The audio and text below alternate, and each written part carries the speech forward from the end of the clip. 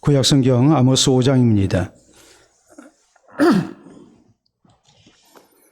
구약성경 1279쪽 아모스 5장 10절에서 15절 말씀 봉독할 때에 주께서 성경에 명하신 바를 따라 주의 말씀 잘 받는 표로 크게 아멘 합니다. 봉독합니다. 무리가 성문에서 책망하는 자를 미워하며 정직히 말하는 자를 싫어하는도다. 너희가 힘없는 자를 밟고 그에게서 미르 부당한 세를 거두었은즉 너희가 비록 다듬은 돌로 집을 건축하였으나 거기 거주하지 못할 것이요 아름다운 포도원을 가꾸었으나 그 포도주를 마시지 못하리라. 너희의 허물이 많고 죄악이 무거움을 내가 아노라. 너희는 의인을 학대하며 뇌물을 받고 성문에서 가난한 자를 억울하게 하는 자로다. 그러므로 이런 때에 지혜자가 잠잠하나니 이는 악한 때의 이민이라. 너희는 살려면 선을 구하고 악을 구하지 말시어다. 만군의 하나님 여호와께서 너희의 말과 같이 너희와 함께 하시리라. 너희는 악을 미워하고 선을 사랑하며 성문에서 정의를 세울지어다. 만군의 하나님 여호와께서 혹시 요셉의 남은 자를 불쌍히 여기시리라. 아멘. 우리가 잘 아는 대로 진정한 민주주의는 삼권 분립을 통한 견제와 균형이 작동될 때만 가능합니다. 또 삼권인 입법과 행정, 사법 중에서 사법은 삼권 분립의 최후의 보루입니다. 그러므로 민주주의에 기반한 나라를 세우기 위하여 미국의 건국의 아버지들은 법관을 종신직으로 만들었습니다. 또 다른 모든 직위와는 다르게 법관의 보수는 감액할 수 없다고, 깎을 수 없다고 헌법에 명시했습니다.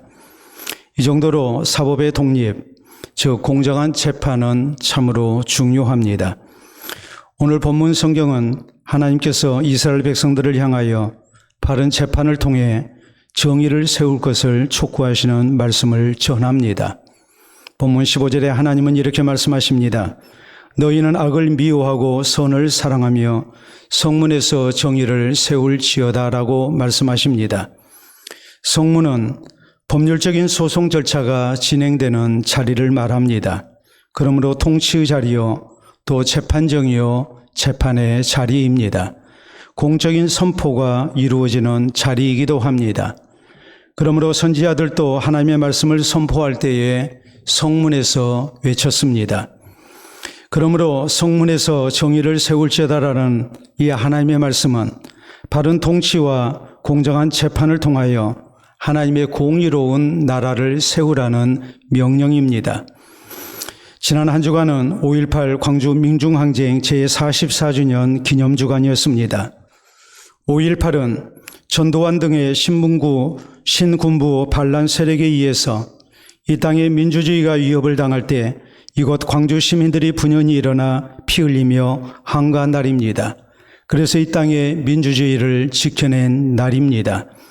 그러나 안타깝게도 오늘날 우리 대한민국은 민주주의가 상당히 후퇴하고 있음을 부인할 수 없습니다. 대통령이 공정을 외치고 있으나 그것이 선택적 공정인 것을 우리는 너무나도 잘 알고 있습니다. 더구나 사법부마저 권력의 눈치를 보는 재판을 하는 것을 볼 때에 사법 정의마저 무너진 것이 아닌가라는 그런 의구심이 들 수밖에 없고 이 땅의 민주주의는 살아서 작동하는가라는 의심이 들 수밖에 없는 형편이기도 합니다. 그러므로 사랑하는 성도 여러분, 이런 때일수록 우리 성도는 이 땅을 향하신 하나님의 말씀을 들어야 됩니다. 오늘 본문 성경을 통해서 정의를 세우라는 하나님의 명령을 우리는 살펴야 합니다. 그래서 이 땅에 하나님의 공의로운 나라가 세워지고 하나님께서 사랑하시고 번성케 하시며 또 평안한 나라, 복된 나라를 허락받고 세워나가는 우리 그리스도인들이 되어야 될 것입니다. 그러면 우리 성도는 이 땅에 정의를 세우기 위해 어떤 신앙 자세를 가지고 살아야 합니까? 우리는 첫째로 불의는 결국 다 무너지게 된다는 사실을 잊어서는 안 됩니다. 10절은 당시 이스라엘의 부패한 사회상에 대해서 이렇게 말씀합니다. 무리가 성문에서 책망하는 자를 미워하며 정직히 말하는 자를 싫어하는도다라고 말씀하십니다. 성문에서 책망하는 자는 불의와 불법에 항거하는 자를 말합니다. 정직히 말하는 자는 의로운 백성을 말합니다. 그러나 당시 사람들은 이런 사람들을 미워했습니다. 싫어했습니다. 그만큼 사회 전반적으로 부정과 부패와 불법과 불의가 가득해 있었습니다. 11절에 보면 너희가 힘없는 자를 밟고 그에게서 미르 부당한 세를 거두었은즉 너희가 비록 다듬은 돌로 집을 건축하였으나 거기 거주하지 못할 것이요 아름다운 포도원을 가꾸었으나 그 포도주를 마시지 못하리라라고 하나님 말씀하십니다. 기득권자들이 또 권세를 가진 자들이 자신의 권력을 이용해서 힘없는 백성들을 압제하고 약탈했습니다. 그래서 많은 재산을 모았고 아름다운 집을 지었고 포도원을 소유했습니다. 그러나 이런 불법과 불의는 결코 오래가지 못할 것이라고 저희가 모은 집으로 저희가 모은 돈으로 지었던 좋은 집 거기서 살지 못할 것이요 또 좋은 포도원을 가졌지만 거기서 나는 포도주를 마시지 못할 것이라고 하나님께서 경고하십니다. 불의로 모은 재산은 절대 영원할 수가 없고 내 것일 수가 없다는 것을 하나님께서 엄중하게 경고하고 계신 것입니다. 그렇기 때문에 우리 성도가 이 땅에서 하나님의 정의를 세우려면 우리가 먼저 이 사실을 기억해야 됩니다. 불의는 결국 다 무너지게 된다는 사실을 우리는 잊어서는 안 됩니다. 성경은 이 사실을 우리에게 분명하게 강조하십니다. 우리가 시편 37편에 보면 악인의 형통이 세상에는 없다고 말씀하지 않습니다. 악인의 형통이 분명히 존재합니다. 그러나 성경은 우리에게 말씀하시기를 이런 악인의 형통에 대해서 불평하지 말라고 경고하십니다. 우리가 불평하다가 악한 자들을 따라가게 될까? 우리가 저희를 본받을까 봐서 우리가 똑같이 악한 사람이 될 것 같으니 하나님께서 악한 자들에 대해서 악행에 대해서 악인의 형통에 대해서 우리가 불평하지 말라고 함께 악해지는 일이 있어서는 안 된다고 우리에게 경고하십니다. 그리고 하나님께서 약속하신 것이 무엇입니까? 악인의 형통은 일시적인 것이요 절대로 오래갈 수 없는 것이라고 하나님은 말씀하십니다. 잠언 14장 34절에 있는 말씀을 보면 공의는 나라를 영화롭게 하고 죄는 백성을 욕되게 하느니라라고 말씀하셔서 공의로 살게 될 때에 공의로운 세상이 될 때에 여기에 하나님의 복이 있고 또 우리 하나님께 주시는 은총 가운데에 영화로운 나라가 될 수 있음을 말씀합니다. 반면에 죄는 백성을 욕되게 합니다. 결과가 좋지 못하다는 말입니다. 우리 예수님도 말씀하십니다. 칼을 가지는 자는 다 칼로 망하느니라. 무력으로 불의를 행하면 결국 망하는 길로 가는 거라고 우리 주님은 경고하십니다. 중국은 북방의 이민족의 침입을 두려워해서 거대한 인공성벽을 쌓았습니다. 우리가 잘 아는 만리장성을 쌓은 겁니다. 주전 220년 진나라가 전국을 통일한 후에 만리장성은 축조되기 시작했습니다. 북쪽의 국경을 따라서 성벽과 망루를 쌓는 대토목 공사가 진행이 됩니다. 1368년 명나라가 건국된 후에도 계속됐고 1600년대에 비로소 완공이 됐습니다. 그러니까 무려 1800년 동안을 성벽을 쌓았습니다. 높이가 9m에 두께가 5m요 길이는 무려 6300km에 달합니다.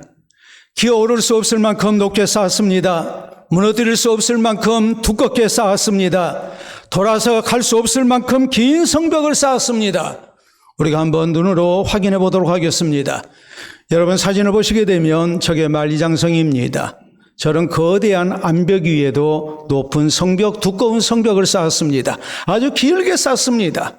우리가 계속해서 사진을 보게 되면 저렇게 끝이 보이지 않을 정도로 6300km를 쌓습니다. 다음 사진 보도록 합니다.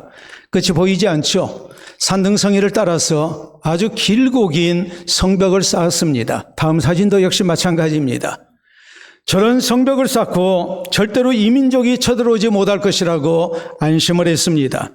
그러나 만리장성이 세워진 후에 중국은 3번이나 이민족의 대대적인 침입을 당했습니다.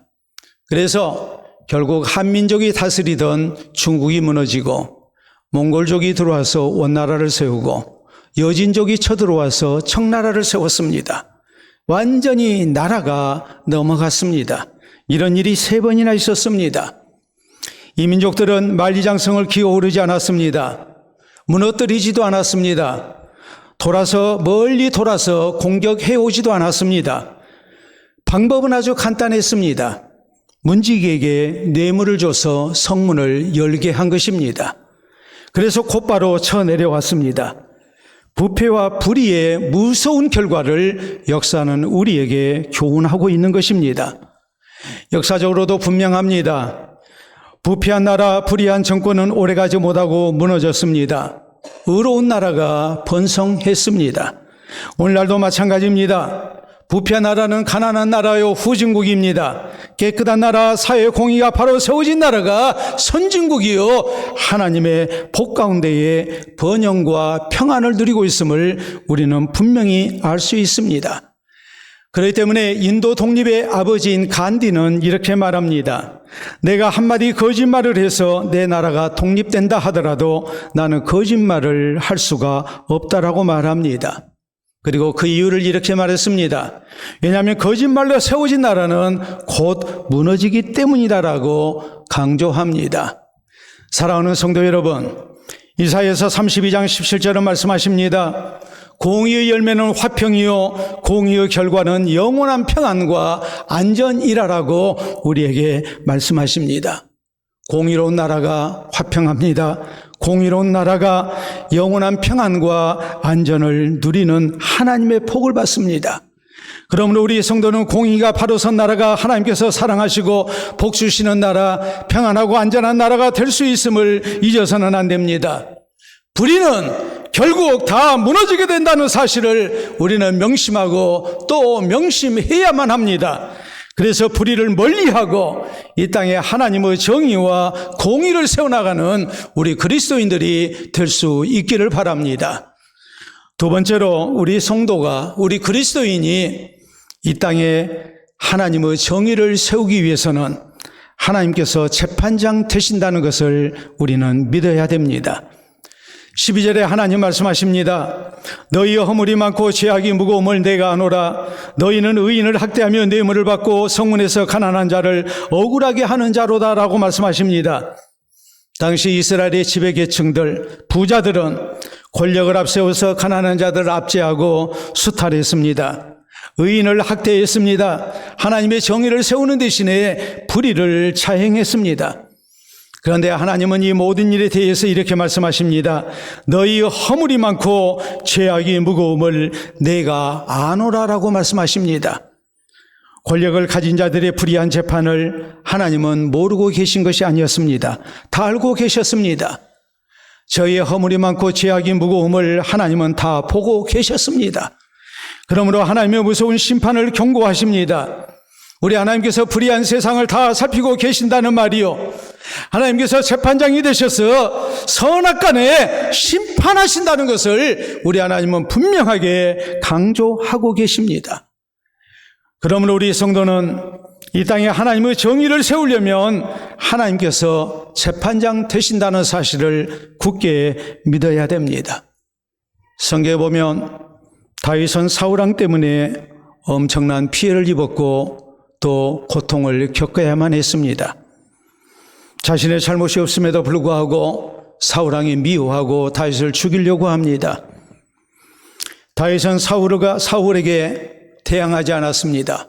사울이 악하게 나온다고 해서 함께 악해지지 않았습니다. 그는 오직 하나님 앞에 합당하게 살기를 원합니다. 사울왕을 죽일 수 있어도 죽이지 않습니다. 그 이유는 하나님께서 모든 진실을 알고 계시기 때문이요, 하나님께서 재판장 되셔서 선악간에 하나님의 때가 되면 심판하실 것을 굳게 믿었기 때문입니다.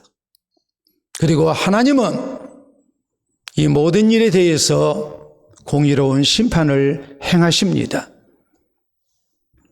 이스라엘의 불의한 왕이었던 아합이 의로운 백성 나봇을 누명을 씌워 죽이고 그의 포도원을 강탈했습니다. 나봇의 가족이 한거할 수 없었고 신하들, 백성들 가운데 어느 한 사람 이것이 불의한 일이라고 말할 수도 없었습니다. 모든 일은 그대로 넘어간 것 같았습니다. 그러나 하나님께서는 이 모든 것을 보고 계셨고 알고 계셨습니다. 그리고 하나님의 무서운 진노 가운데 아방을 죽이십니다. 하나님의 심판을 나타내신 것입니다. 중국 수천 년의 역사를 기록하고 있는 역사서가 있습니다. 우리가 잘 아는 사마천의 사기라는 역사서입니다. 사마천은 방대한 분량의 사기를 기록하면서 가장 먼저 첫 장에 이런 주제를 가지고 논합니다. 하늘은 옳은가 그른가라는 주제입니다. 우리가 쓰는 말로 하자면 하나님은 정말 살아 계시는 것인가?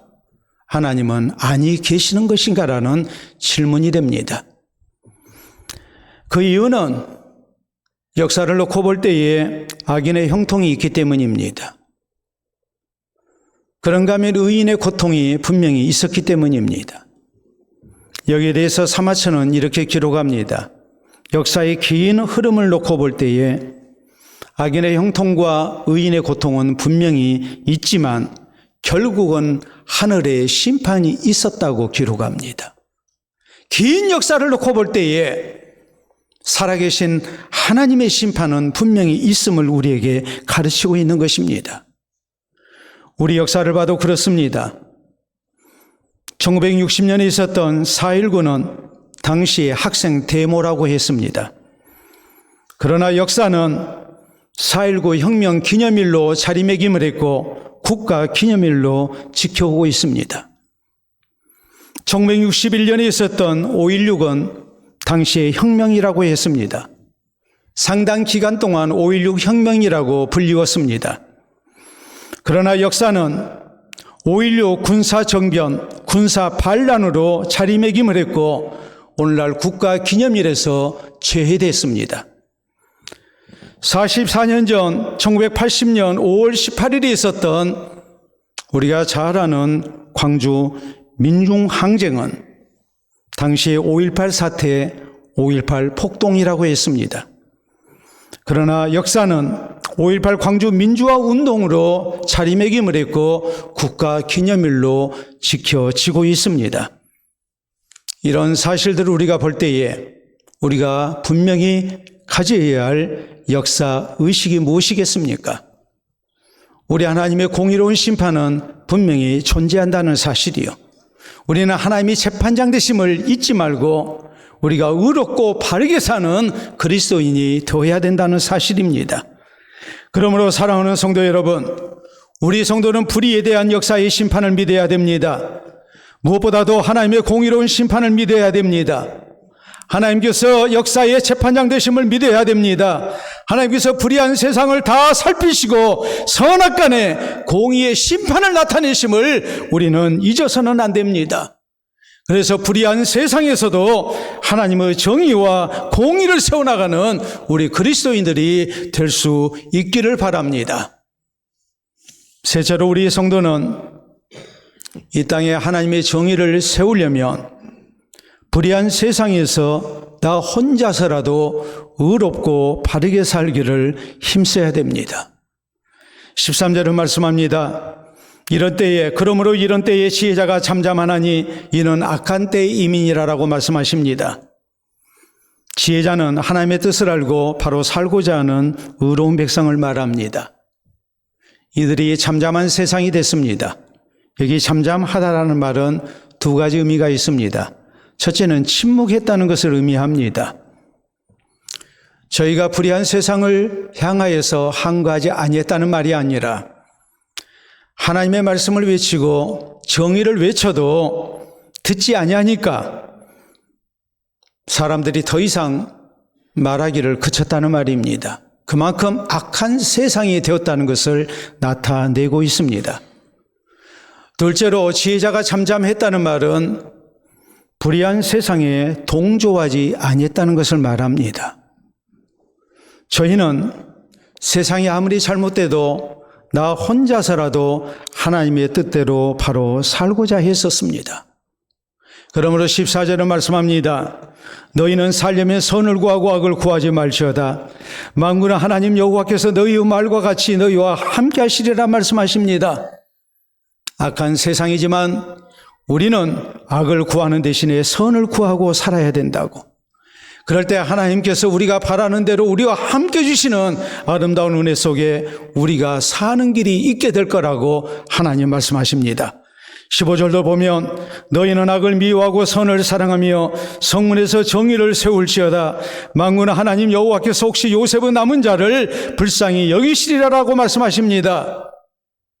요셉은 남은 자라고 했을 때에 요셉은 북이스라엘의 가장 중심이 되는 대표하는 지파를 말합니다. 요셉의 아들 가운데 하나인 에브라임 지파가 바로 이스라엘을 대표하는 지파였습니다. 그러므로 요셉의 남은 자를 긍휼히 여긴다는 우리 하나님께서 불쌍히 여기신다는 이 말씀의 뜻이 뭐겠습니까? 아무리 세상이 불의로 가득 찼다 할지라도 절대로 불의에 함께하지 말아야 된다는 말이요. 나 혼자서라도 의롭고 바르게 사는 백성이 있게 될 때에 우리 하나님께서 그 땅을 긍휼히 여기시고 하나님의 치유와 회복의 은혜를 나타내신다는 말입니다. 이 땅에 하나님의 정의와 공의를 세워나가는 하나님의 사람이 있어야만이 그 땅이 하나님의 자비와 긍휼 가운데 다시 사는 나라가 될 것이라고 하나님께서 말씀하고 계신 것입니다. 그러므로 우리 성도는 하나님의 백성으로서 불의한 세상에 동조해서는 안 됩니다. 불의와 함께해서는 안 됩니다. 우리는 세상이 아무리 약하고 잘못된다 할지라도 그리스도인으로서 하나님의 백성으로서 나 혼자서라도 의롭고 바르게 사는 가운데 하나님의 정의와 공의를 세워나가는 하나님의 백성들이 되어야 됩니다. 이 백성들을 통해서 이 땅에 하나님의 자비와 긍휼이 나타나도록 하는 것, 이것이 이 땅을 살아가는 하나님의 백성의 의무인 것을 우리는 잊어서는 안 됩니다. 이 사실을 누구보다도 강조하신 분이 있습니다. 바로 우리 예수님이십니다. 예수님은 우리를 향해서 너희는 세상의 소금이요 빛이라고 말씀하십니다. 어두운 세상 가운데서 빛으로 살아라고, 부패한 세상에서 부패하지 말고 착한 행실을 통해서 하늘에 계신 아버지께 영광을 돌려드리는 하나님의 자녀들이 되어야 된다고 강조하십니다. 마태복음 6장 33절에 있는 말씀을 보면 너희는 먼저 하나님의 나라와 그의 의를 구하라. 그리하면 먹을 것, 마실 것, 입을 것, 이 모든 것은 너희에게 하나님이 더해 주실 것이라고 우리에게 강조하십니다. 의에 줄이고 목마른 자가 복이 있나니 저희가 배부를 것이라고 우리 주님 또한 강조하십니다. 주기도문을 통해서 우리에게 수없이 다시 반복해서 우리가 잊지 말고 기억해야 할 것이 무엇인가를 또 가르치십니다. 하나님의 나라가 이 땅에 임하게 하여 주시옵소서. 하나님의 뜻이 이 땅에서 이루어지게 해달라고 우리에게 기도하고 또 이 기도대로 살 것을 우리 주님은 우리에게 명령하셨습니다. 미국의 유명한 민권 운동가였던 마틴 루서 킹 목사님이 계십니다. 이분이 이런 말씀을 하셨습니다. 예수 그리스도의 복음은 천국과 세상을 동시에 다루고 있다라고 했습니다. 우리 하나님께서는 예수 그리스도를 통해서 우리 성도에게 모든 죄를 용서받고 천국 갈 수 있는 길을 약속하셨습니다. 또 한편으로 우리 하나님은 구원받은 그리스도인으로 하여금 이 땅에 하나님의 나라를 세울 것을 사명으로 주셨다고 강조합니다. 예수 그리스도의 복음은 천국만을 말씀하지 않습니다. 천국과 세상을 동시에 다루고 있음을 우리는 명심해야 합니다. 오늘날 우리 대한민국 기독교의 문제가 무엇이겠습니까? 개인 구원은 중요시하긴 한데 사회 구원에 대해서는 너무나도 소홀하다는 사실입니다. 예수 그리스도를 나의 구주로 믿고 죄를 용서받고 구원받고 천국 가는 것 굉장히 중요하게 생각합니다. 그러나 사회 구원에는 무관심합니다. 사회가 부패하고 타락해도 나 혼자 예수 믿고 구원받고 복받으면 그만이라는 생각이 우리에게 지배적입니다. 심지어는 불의한 세상에 동화되고 타협합니다. 이 땅에 하나님의 정의를 세우지 아니합니다. 교회까지 부패하고 타락했습니다. 그래서 불신자들에게 조롱거리가 되어 있는 것이 부인할 수 없는 현실인 것, 우리가 안타깝게 생각해야 합니다. 이 땅에 많은 교회가 있고 수많은 교회들이 있지만, 교인들이 있지만 우리나라는 여전히 어둡고 부패한 나라가 되어 있는 것, 이것이 오늘 우리의 잘못된 신앙생활 때문인 것을 우리는 잊어서는 안 됩니다. 너무나도 안타깝고 부끄러운 일인 것을 우리는 잊어서는 안 됩니다. 사랑하는 성도 여러분, 우리 하나님은 이사야서 6장 13절에 분명하게 말씀하십니다. 밤나무 상수리 나무가 배임을 당하여도 그 구루터기는 남아있는 것 같이 거룩한 씨가 이 땅에 구루터기니라라고 말씀하십니다. 그 사회가 아무리 잘못됐다 할지라도, 밤나무 상수리나무가 배임을 당하였다 할지라도 그 구루터기가 남아있으면 거기에서 다시 새 순이 나올 것입니다. 새 줄기가 나올 것입니다. 그 나무가 다시 살아날 것입니다. 그 사회가 소망이 있을 것입니다. 거룩한 씨가 이 땅에 구루터기라고 하나님은 말씀하십니다. 그러므로 우리 성도는 이 말씀대로 불의한 세상에서 나 혼자서라도 그리스도인으로서 의롭고 바르게 살기를 힘써야 됩니다. 우리 그리스도인이 이 시대의 양심이 되어야 되고 세상에 하나님의 나라를 세워나가는 하나님의 사람이 되어야 됩니다. 교회가 사회의 소망이 되어야 됩니다. 그래서 이 땅에 하나님의 정의와 공의가 세워지는 아름다운 은혜가 있기를 바랍니다. 작년 2월 말 퇴직 예정인 충남 서산의 공립중학교인 부석중학교 귤준용 교장께서 대통령이 주는 녹조 근정 훈장을 거부했습니다. 그 이유는 훈장증에 적힌 훈장을 주는 사람 이름이 두고두고 부담이 되기 때문이라고 말합니다. 우리가 사진으로 한번 보도록 하겠습니다. 훈장을 줄 때 훈장증을 주는데 저기 이렇게 쓰여져 있습니다. 귀하는 공무원으로 재직하는 동안 직무를 성실히 수행하여 국가 사회 발전에 이바지한 공로가 크므로 대한민국 헌법에 따라 다음 훈장을 수여합니다. 대통령 윤석열, 국무총리 한덕수, 행정안전부 장관 이상민이라고 쓰여져 있습니다. 귤준용 교장 선생님은 이렇게 말씀했습니다. 이 세 사람 모두 하나같이 내 마음에 들지 않습니다. 그 이유는 이 세 사람은 자신들의 잘못을 시인하지 않고 사과하지 않았습니다. 그리고 이런 태도를 비판하는 사람들을 공격하고 힘들게 하기 때문입니다. 이런 태도야말로 적반하장으로서 학생들에게 좋지 않은 영향을 주기 때문에 나는 이런 사람들이 주는 훈장 거부한다고 했습니다. 수십 년 동안 공직 생활을 하면서 내가 살아온 모든 공직 생활과 내 인생에 대하여 주는 훈장입니다. 모두가 인정하는 훈장이요 자랑스러운 훈장입니다. 자손들에게 부끄럽지 않은 훈장입니다. 훈장증입니다. 그러나 받고 싶지 않습니다. 왜냐하면 불의한 정권과 함께하는 것을 원치 않기 때문입니다. 너무나도 부끄럽게 생각하고 이것을 거절한 것입니다. 놀라운 사실은 작년 2월까지 1년 동안 윤석열 정부 들어서 정부 포상과 수상을 포기하고 거부한 퇴직 교원이 무려 1970명입니다. 전체 13,913명의 14.2%에 해당하는 어마어마한 숫자입니다. 그 사유는 다른 것이 아닙니다. 자랑스럽지 않은 훈장이기 때문에 거부한다고 했습니다.